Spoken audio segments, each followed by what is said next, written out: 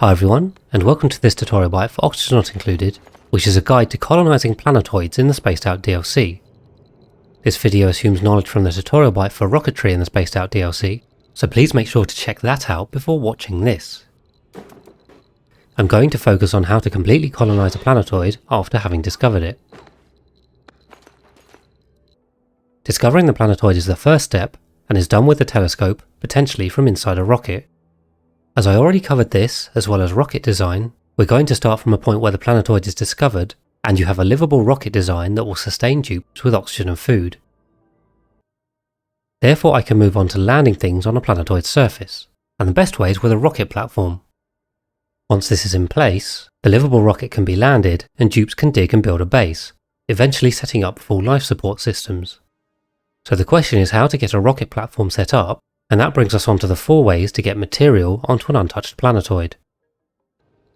These are the Rover module, Trailblazer module, Orbital cargo module, and Interplanetary launcher. I'm only going to briefly touch on the Rover, as although it's cute, it's worse than dupes. The Rover has a limited battery, cannot dig hard materials, and has limited building capabilities, including not being able to build a rocket platform. Because this is the whole goal, I find little use for them, but the mechanics are the same as Trailblazers, which I will explain shortly. Both the Interplanetary launcher and the Orbital cargo modules drop material packets onto the surface of a planetoid, and I explained how this works in the tutorial bite for rad bolts. Landing packets of refined metal on a new planetoid will give the resources to build a rocket platform. But to actually colonize the planetoid, then dupes need to be landed, so the Trailblazer module is required. This will land a dupe with a Trailblazer lander on the surface.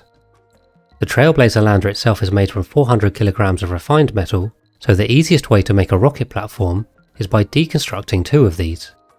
Alternatively, you can use 1 and another 400 kilograms from the Interplanetary launcher or Orbital cargo module as mentioned.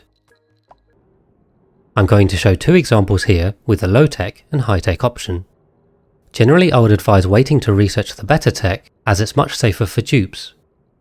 The main reason to use the low-tech way is to get reed fiber for atmo suits, which you may not have access to otherwise. Here I'm using 2 small rockets with the early carbon dioxide engine, which is really only enough to reach a planetoid right next to the starting one. There is a Trailblazer module on each, and a solo spacefarer nose cone.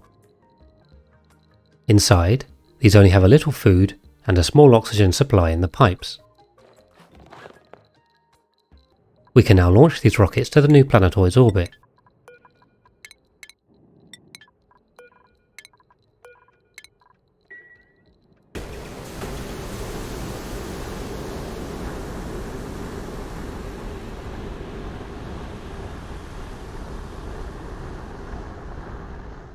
And I'm now skipping forward to when they reach orbit. From here we can deploy the Trailblazers, and I would recommend doing this one at a time. It's important to choose the landing zone, and ideally it should be flat, with enough height for the rocket to land. Beware that you need to leave the height of the rocket, +2, to the top of the platform, so for a maximum 35 height rocket, you need to leave 37 tiles to the top of the map. I'm going to land us here, as it looks like a good place, and the first priority without atmo suits is to find an oxygen pocket to breathe in. The priority is to dig into this, and then we can focus on the platform. In the meantime, we can land the second Trailblazer module nearby.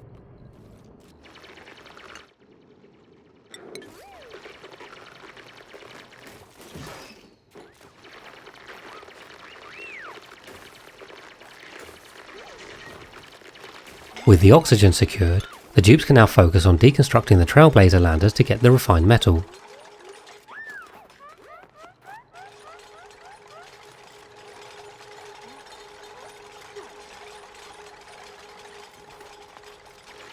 And with this, the rocket platform can be built. Ladders will also be needed to reach the crew module, and some dug material can be used.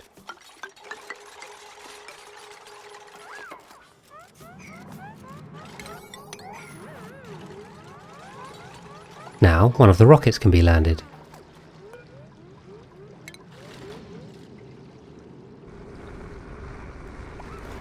And from here, we have the ability to return home whenever we want, and enough oxygen to start setting up life support on this planetoid. So moving on to the high-tech way, here is a rocket design that has 2 Trailblazers and a completely livable interior. If you're struggling to fit 2 onto one rocket, then you could also use 2 rockets as well. Inside is the design I showed in the tutorial bite for rocketry, with Atmo suits, infinite oxygen storage, and a fridge with enough food. This has a great hall and barracks for morale, and will provide a safe area for dupes to live in as they dig and build a new colony. The Atmo suits are important, and obviously make landing much safer. They are required for planetoids without natural oxygen, which is the case for many of the outer planetoids. I'm going to quickly demonstrate how to use this design, but much of it is the same. Here the rocket is already in orbit, so let's deploy the first Trailblazer.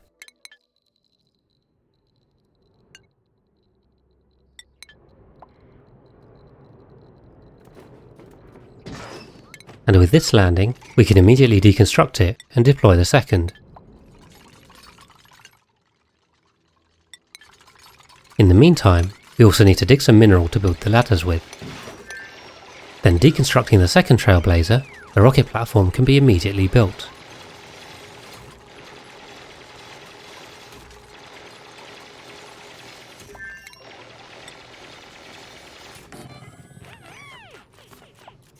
Let's also build the ladders, and this is why it helps to put the Spacefarer module at the bottom.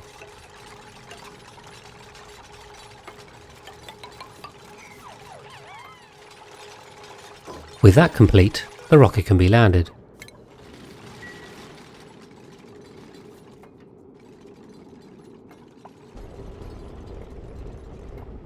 Now we have a stable living area for dupes, and can dig and build as we like, either digging out useful resources, or setting up longer term life support.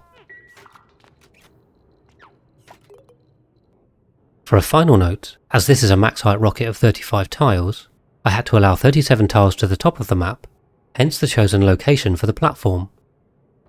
And so that's all to cover for colonizing new planetoids in oxygen not included. I hope this helps you explore new worlds, and thanks for watching.